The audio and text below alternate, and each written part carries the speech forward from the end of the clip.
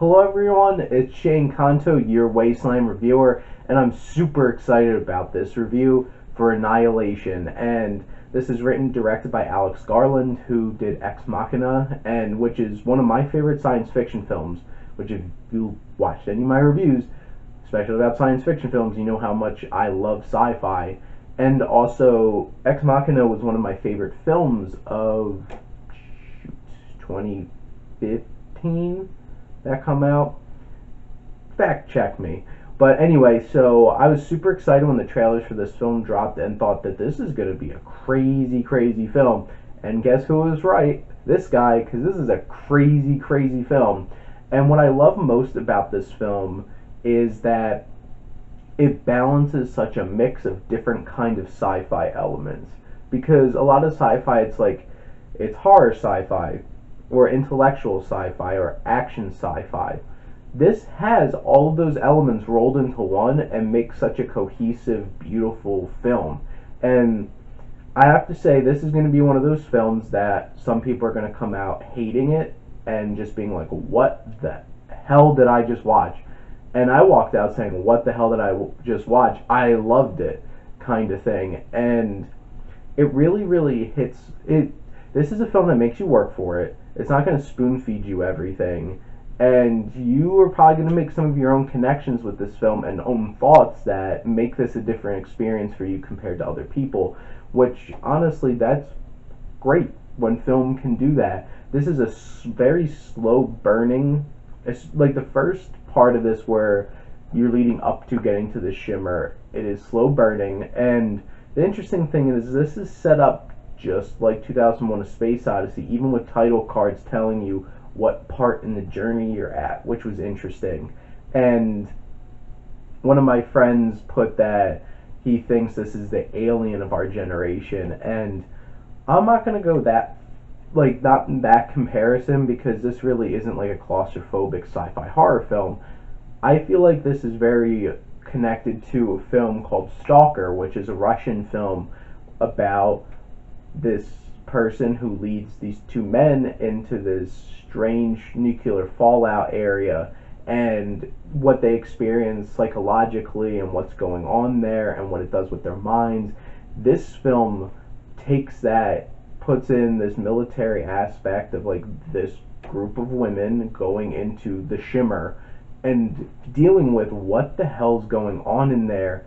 And there's body horror, there's very tense horror, there's action sequences, there's sequences that it's just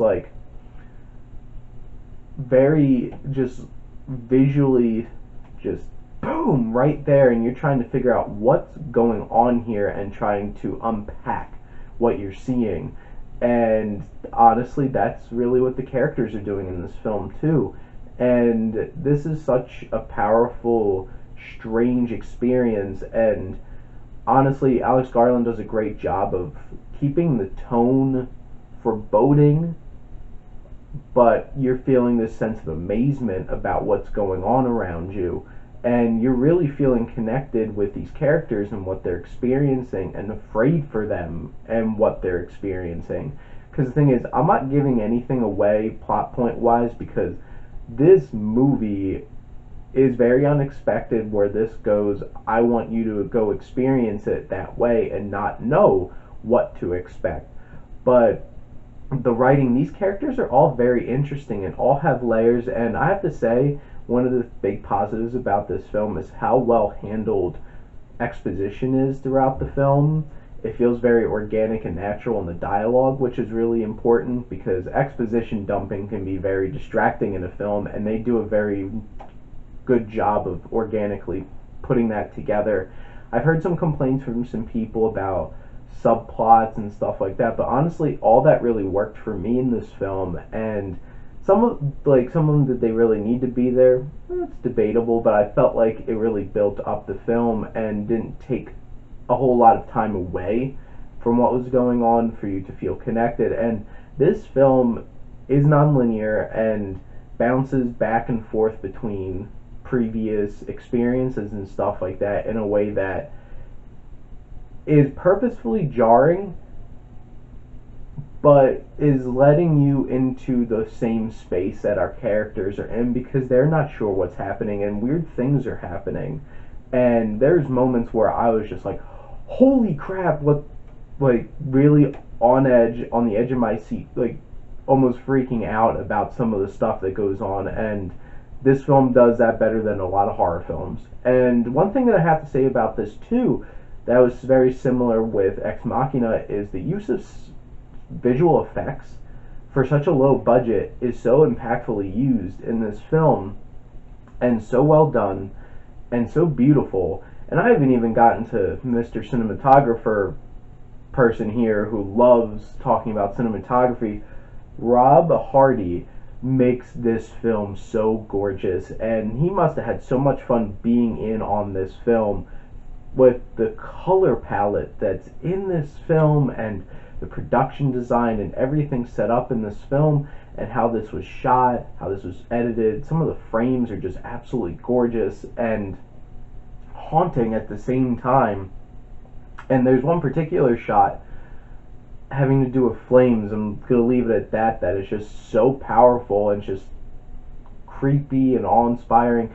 And the last 15 minutes of this film goes places, and throughout the whole entire way, Jeff Barrow and Ben Salisbury, the composers for this film, create such an interesting outside-the-box kind of score, and really, really intense, and intensifies throughout the film. And by the time you get to the climax, those last 15 minutes of this film, this score goes nuts and is jarring and crazy and just makes you feel out you're in a different world, which you are. And it's so impactful and so powerful and just like shaking you with what's going on in the film as well. And I haven't even talked about the performance. Natalie Portman's fantastic in this film. She has a great supporting cast around her. Jennifer Jason Leigh is very tough and abrasive, and that's her character. Gina Rodriguez is on edge and tough as well. Tessa Thompson does a really nice job, and there's some powerful sequences with her in it. And Tuva Novotny does a really nice job as Shepard as well. So all the women that go on this journey throughout this film, all their performances are fantastic. Oscar Isaac does a good job acting. His accent in this, yes, the southern accent, was really, really distracting. And I didn't like it. That was the one thing that popped up in this film that kind of got me out of whack and I didn't appreciate. But overall, this is sci-fi greatness. This is such a fantastically well-made film. Hits on such a variety of different notes. If you love cinema, whether you hate this movie or love this movie or not quite sure how to process this movie, go see this. Go out and see Annihilation. I'm giving it an A+.